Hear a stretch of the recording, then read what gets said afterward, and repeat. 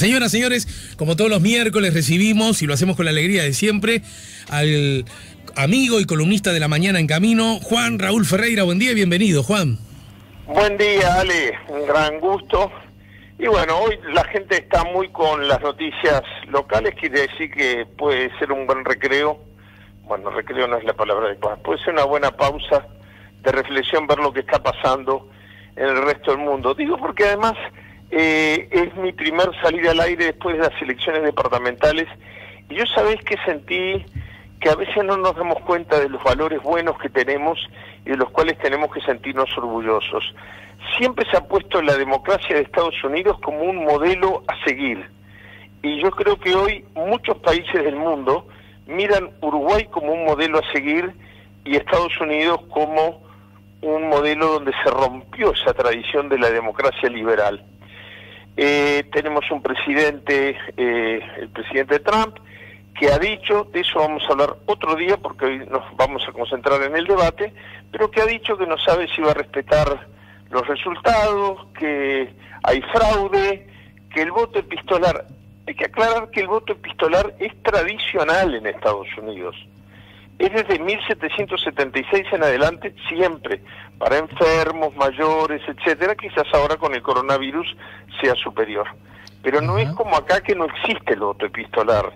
Y el voto epistolar no es poner un sobre en una carta y mandarla por correo, tiene todo un protocolo. Bueno, pero ayer se realizó el primer debate desde Kennedy y Nixon, es una tradición, se ha impuesto generalmente, y esta elección también van a ser 3 debates presidenciales y 1 vicepresidencial. El debate de ayer entonces rompía la incógnita de cómo iban a ser. Lo primero que vimos fue un presidente sin ningún apego al respeto, a las reglas del juego. Pobre el periodista coordinador, que además era un periodista de derecha, era un periodista de la cadena Fox.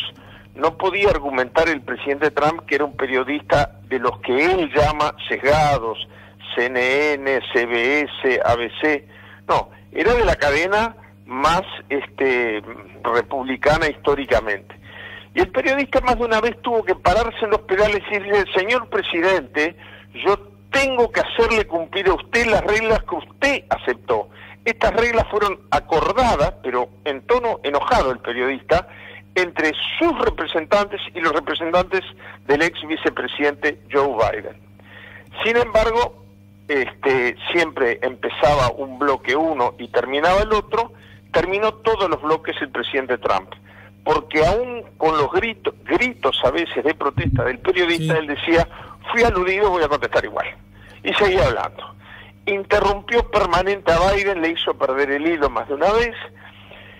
Yo creo que conceptualmente hay solamente un par de cosas que se pueden rescatar. Una de ellas es: se negó a decir que va a respetar los resultados electorales.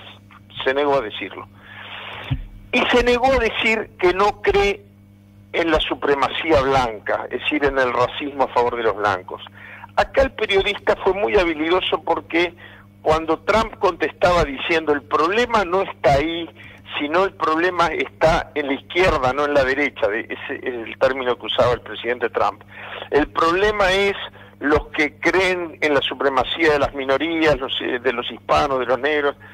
Bueno, pero él decía: usted no contestó mi pregunta, yo no le pregunto dónde está el problema, yo le pregunto: ¿usted está en condiciones de decir que no cree en la supremacía de la raza blanca y en los grupos que se escudan y estriban en esto para sus acciones, etcétera?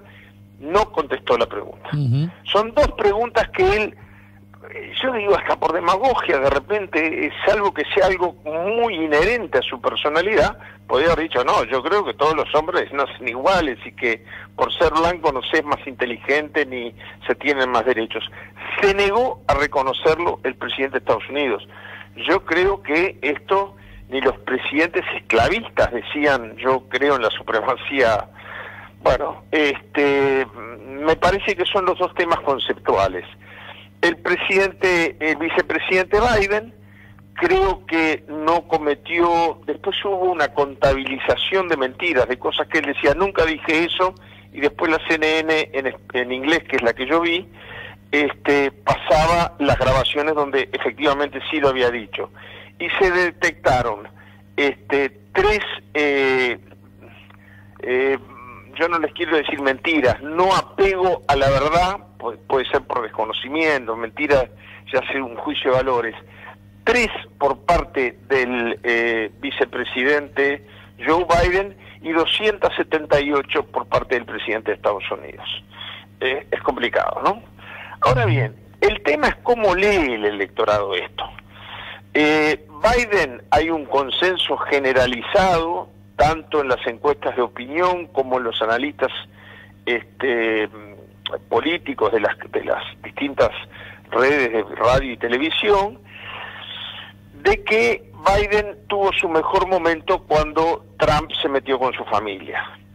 Biden tiene muchos familiares muertos, su esposa, 2 hijos, uno de ellos veterano, es decir, excombatiente del ejército americano, y uno vivo que ha tenido problemas de drogas.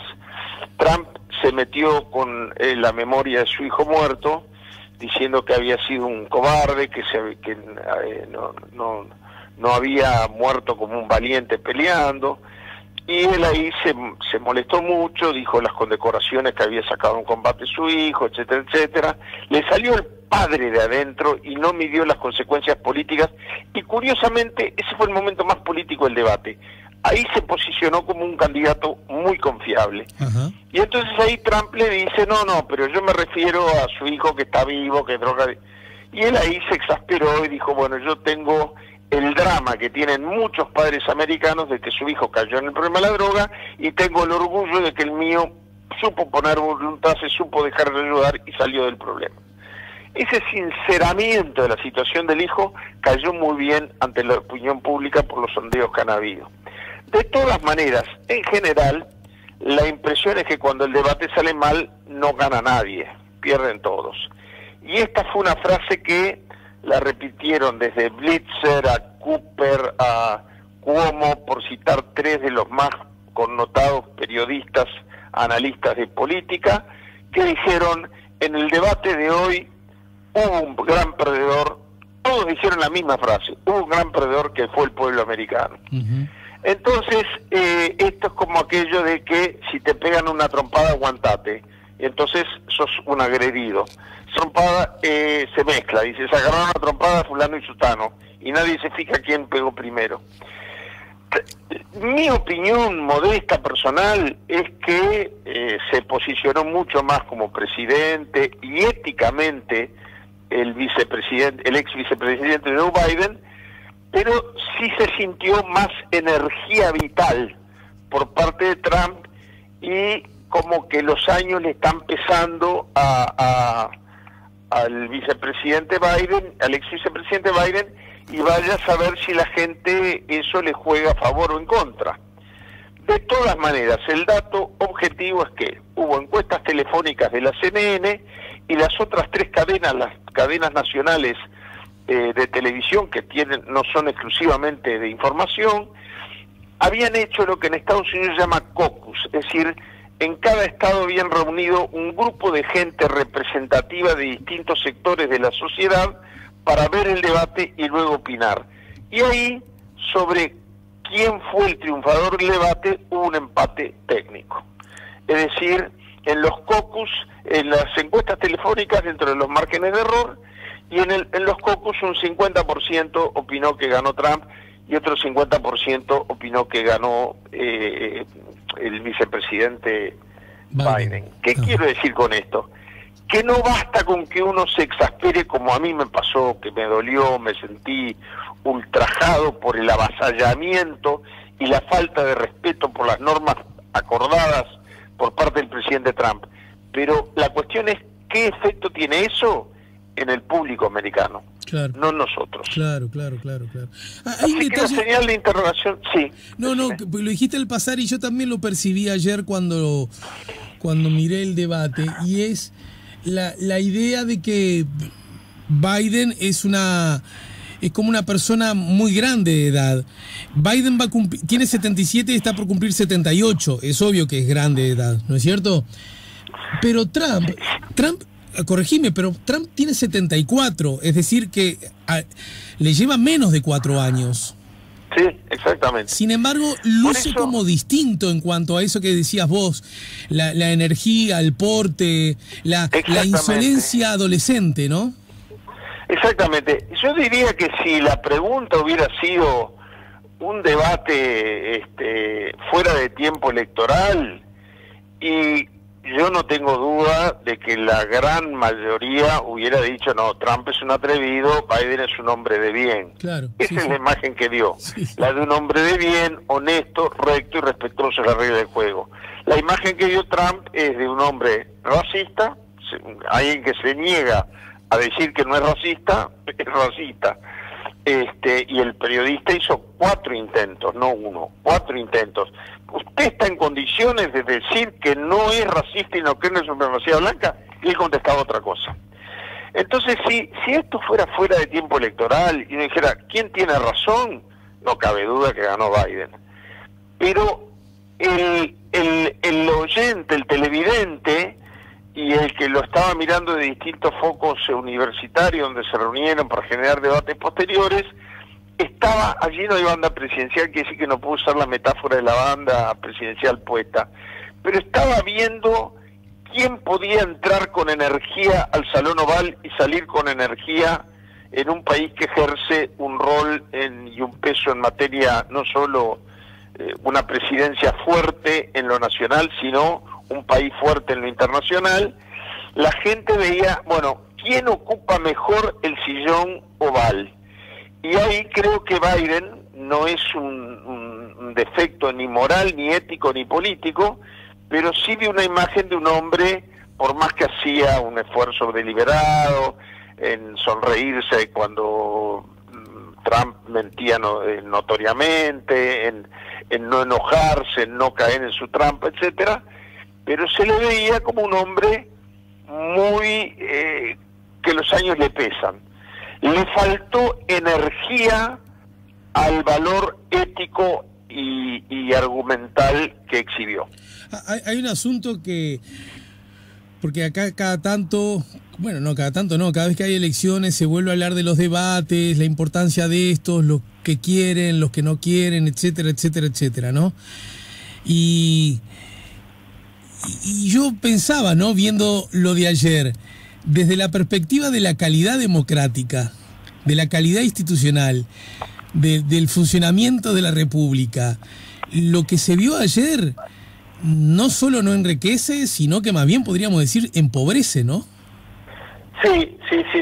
Y eso es increíble, porque gente que no se estaba escuchando el uno al otro, la primera reacción, yo cité a algunos de los observadores más connotados, fue ¿quién ganó el debate? Y la respuesta empezaba, de repente después se evolucionaba por caminos distintos, pero siempre empezaba diciendo perdió América, como dicen ellos, perdió Estados Unidos, ¿no? Es decir, no le hizo bien al sistema democrático norteamericano el debate de ayer. Eso creo que no queda ninguna duda. También hay que pensar que este debate es parte de un proceso. Entonces, a la luz de lo que ocurrió ayer, donde uno gana moralmente, pero no logró transmitir una estampa presidencial, yo me imagino que hoy todos los asesores de Biden se lo están diciendo, y que todos los asesores de Trump le están diciendo, no, pero no le puede... Hubo un momento, Alejandro, yo no sé si lo advertiste, cuando el periodista le exige que cumpla las normas que ambos habían aceptado, que el presidente Trump le contestó, yo ya sabía que no venía a debatir con Joe Biden porque no tiene valor para mí discutir con él, que en realidad venía a polemizar con usted. Uh-huh. Eso le dijo el periodista, es decir, a un periodista seleccionado y que nobleza obliga, yo no comparto sus posiciones políticas históricas, pero que se condujo con una imparcialidad tremenda. Y me pongo en el lugar del periodista, hay que plantarse y decirle, señor presidente, cállese la boca porque se terminó su tiempo.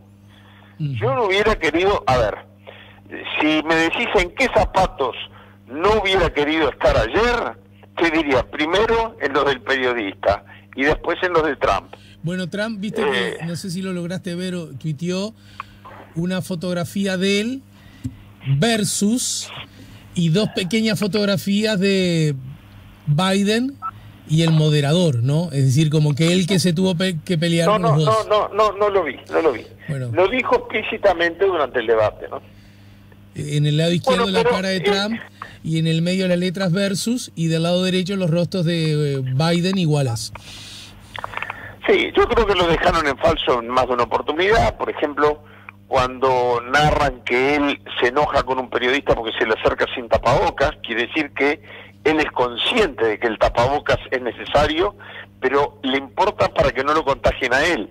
Sin embargo, va a actos de 35.000 personas donde no les pide que se pongan tapabocas. En uno de los actos había uno con tapabocas y lo hizo sacar. Él se limitó a contestar, porque son 35.000 personas y sin embargo al candidato demócrata no lo van a ver ni 15. Es decir, burla y falta de respeto. Esa fue la norma de la conducta de Trump. Esperemos que, a pesar que, repito, no dio una firmeza presidencial la imagen de Biden desde mi punto de vista, esperemos que prime la sensatez y no el marketing. Pero bueno, vamos a ver qué pasa con los dos debates que quedan a nivel presidencial, y en esta oportunidad, incluso por el exceso de años y de edad, Biden es un vicepresidente al cual Obama le hizo jugar un papel muy importante. El vicepresidente juega un rol según se lo asigne o no el presidente, no es como acá que tiene sus competencias propias. Formalmente es el presidente del Senado, pero no va nunca, no es común que el vicepresidente presida el Senado ni la reunión de ambas cámaras. Pero en la imagen que da Biden daría la impresión de que la vicepresidenta va a jugar un papel por lo menos tan importante como que él jugó cuando fue vicepresidente de Obama, y el debate vicepresidencial entonces está llamado a tener una importancia mayor que otros debates vicepresidenciales en otros procesos electorales. Bien. Hay agendado próximos debates, ¿verdad? Sí, ya están, yo no las sé de memoria, pero ya están las fechas de los tres debates que faltan, el vicepresidencial y los dos presidenciales. Sé que el último presidencial es en fines de octubre, es decir, días antes de las elecciones. Una última cosa ya cerrando, Alejandro. Mira, acá lo tengo, mira. El próximo es el jueves 22 de octubre. Perfecto. Quiere decir que hay uno que va a ser el último, será muy poquitos días antes de... Pues son quedan dos más presidenciales y uno vicepresidencial. Exacto. Y la otra cosa que sí me parece importante, porque mucha gente no tiene por qué saber, los y las oyentes, de las reglas del juego electorales en Estados Unidos. El voto epistolar, repito, no es que alguien va al correo, pone una carta con un voto y pone como dirección, no, son papeletas que la autoridad electoral hace llegar a los que manifiestan su voluntad, los soldados que están acreditados, la gente que vive en el exterior que votan en las embajadas, esa no es epistolar, bueno, todo eso está muy regulado. Pero como el voto epistolar es muy numeroso este año por la gente en edad de riesgo por el COVID-19,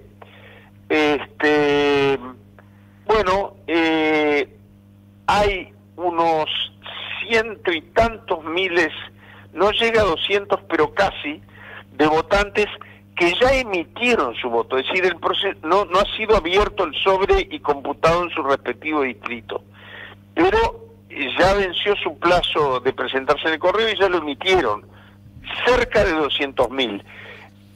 Este argumento lo utilizó Biden para decir que no es conveniente nombrar una miembro de la Suprema Corte de Justicia durante el mandato de Trump.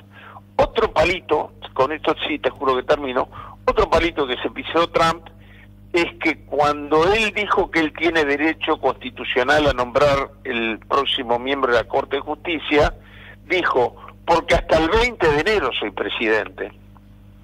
No sé si fue un lapsus lingüe o si él, detrás de la virulencia que exhibió, no hay también una inseguridad de que no tiene por cierto que va a ganar. Bueno, mi querido amigo, te mando un abrazo. Tuve alguna dificultad, te voy a decir, porque que yo la valoro y aplaudo la traducción simultánea, y la traducción simultánea verbal, se transformaba en una especie de sumas y de voces sobre voces superpuestas que me resultó un poco incómodo. Exactamente. Bueno, pero aún así, después el oído se me terminó adaptando un poco. Te mando un abrazo grande, Juan. Me despido con un abrazo compartiendo una noticia que nos va a dar pena a los dos, pero que vengo siguiendo muy de cerca. A nivel personal te voy a mantener muy informado, pero nuestros comunes amigos Joe Eldridge y María Otero, que fue la número 2 del Departamento de Estado durante Hillary Clinton, su esposa, Joe Eldridge y su esposa María Otero están con COVID-19 cursando la enfermedad con un peso sintomático muy serio, pero aparentemente no van siempre de la mano el sufrimiento sintomático con la evolución de la enfermedad, evolucionando positivamente. A nivel personal te voy a mantener al tanto, sí, por favor, obviamente. Sí, por favor. Sí, por favor. Un abrazo muy grande, Alejandro. Gracias, querido Juan.